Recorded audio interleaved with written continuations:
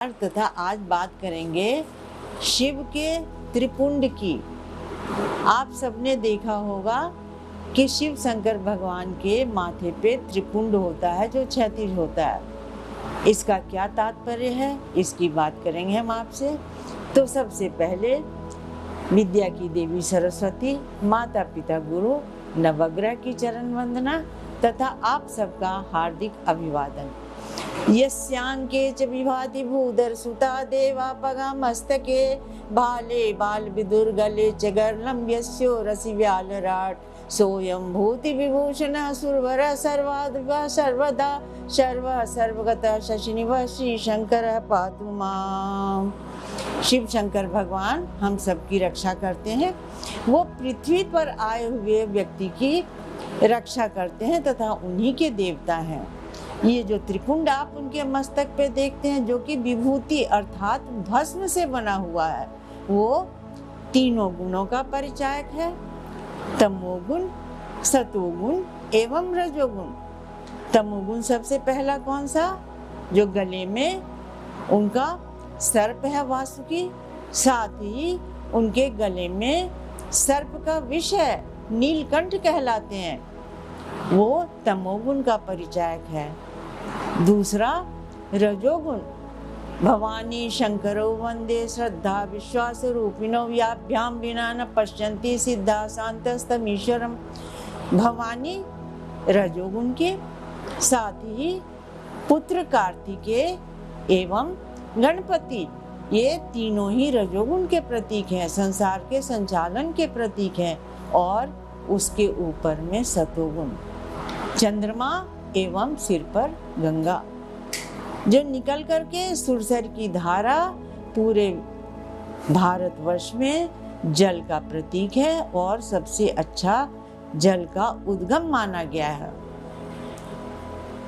साथ ही त्रिपुंड जो आपने देखा, इसके बीच में लाल रंग से एक ऊर्ध्वपुंड बनता है। वो ऊर्ध्वपुंड क्या है? ऊर्ध्वपुंड माया का प्रतीक है। जो महामाया है वो तीनों को ही साधित करते हैं, तीनों को ही अपने बंधन में रखते हैं शंकर जी। और अगर उस तीनों गुणों का डिसबैलेंस होता है तो फिर उसका वो संहार भी कर देते हैं। माँ शंकर जी के त्रिनेत्र के विषय में तो आपको ज्ञात ही है। शंकर जी और ढरदानी हैं, तुरंत प्रसन्न हो जाते हैं। हर प्रकार से आप उनकी विनती करें, लेकिन अगर आपने कहीं पर भी अगर अपनी विनती में कमी की या गलत विनती की तो फिर उसका वो दंड भी देते हैं। आपको पता है, जो कैलाश है जहाँ पे शंकर का निवास माना गया है, वो मानसरोवर झील के पास में है। और मानसरोवर झील से भारतवर्ष की सबसे बड़ी नदी ब्रह्मपुत्र निकलती है और जो जीवन दायिनी है। कई नदियाँ वहाँ से निकलती हैं, संत जिसका जल मीठा है और संत महात्मा वहाँ पर तपस्या करते हैं। वहीं बगल में राक्षस ताल है। रावण वहीं पे तपस्या करता था और उसने अमृत की कामना के लिए वहां पे तपस्या की, जिसका कि जल खारा है। जो कबीर दास ने कहा है कि माया महा ठगनी हम जाने, तिरगुण फांस लिए कर डोले बोले मधुरी बाने। जो तीनों गुण जो माया के हैं, सत्वरजतम, ये तीनों ही मिलकर के मनुष्य को ठगते हैं, अर्थात अपने वश में कर लेते हैं। जो इन गुणों से ऊपर होकर के रह पाते हैं, उन्हीं को सब चीजों की प्राप्ति होती है। देखिए शंकर का स्वरूप आप देखें, क्या गले में नीला रंग, विष पीने के बाद में भी कर्पूर गौरम करुणावतारम संसार सारम भुजगेंद्र हारम सदा वसंतम हृदयारविंदे भवम वाणी सहितम नमामि। गले में विष है परंतु मुंह पे गौर वर्ण है, प्रसन्नता है, सुंदरता है, और सिर पर तो गंगा है ही है, विराजमान है। साथ ही चंद्रमा की बात हम आपसे करते हैं। आप सबने देखा होगा शंकर जी के सिर पे द्वितीया का चांद है।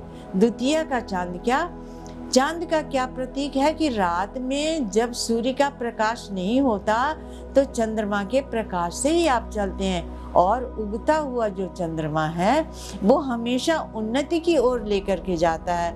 भाल पे रखा हुआ अर्थात आप अपने विचारों से उसके ऊपर में नियंत्रण रख करके आप कहाँ से कहाँ आगे बढ़ सकते हैं। द्वितीया का तृतीया का चंद्रमा इस प्रकार से आगे बढ़ते हुए जब आप पूर्णिमा तक पहुँच जाते हैं तो हर प्रकार से आपका मनोबल बढ़ता रहता है और आप उन्नति को प्राप्त करते हैं। इसके साथ ही आप ये भी देखें कि जो इस पृथ्वी के जो देवता कहे गए हुए हैं, इनका जो नंदी है वो भी पृथ्वी पर ही विचरण करते हैं। नंदी और उसको शंकर जी साधित करते हैं, उसको अपने अनुरूप बनाते हैं, जिसको कि जड़मति कहा गया। शंकर जी की साधना से जो जड़त्व है वो भी समाप्त होता है। जो भवानी है उनकी पत्नी, उनका वाहन क्या है? शेर, वो भी पृथ्वी पर ही विचरण करता है। जो कार्तिकेय है उसका है मोर, मयूर, जो भी पृथ्वी पर ही विचरण करता है। और जो गणपति हैं उनकी सवारी है मूषक। तो ये सभी जो पृथ्वी का जो जुड़ाव है उसी के कारण ये हो पाता है। तो शंकर जी हमेशा हमें बताते रहते हैं कि जब मनुष्य रूप में आप यहाँ पे आए हो तो आप अपना कर्म करो।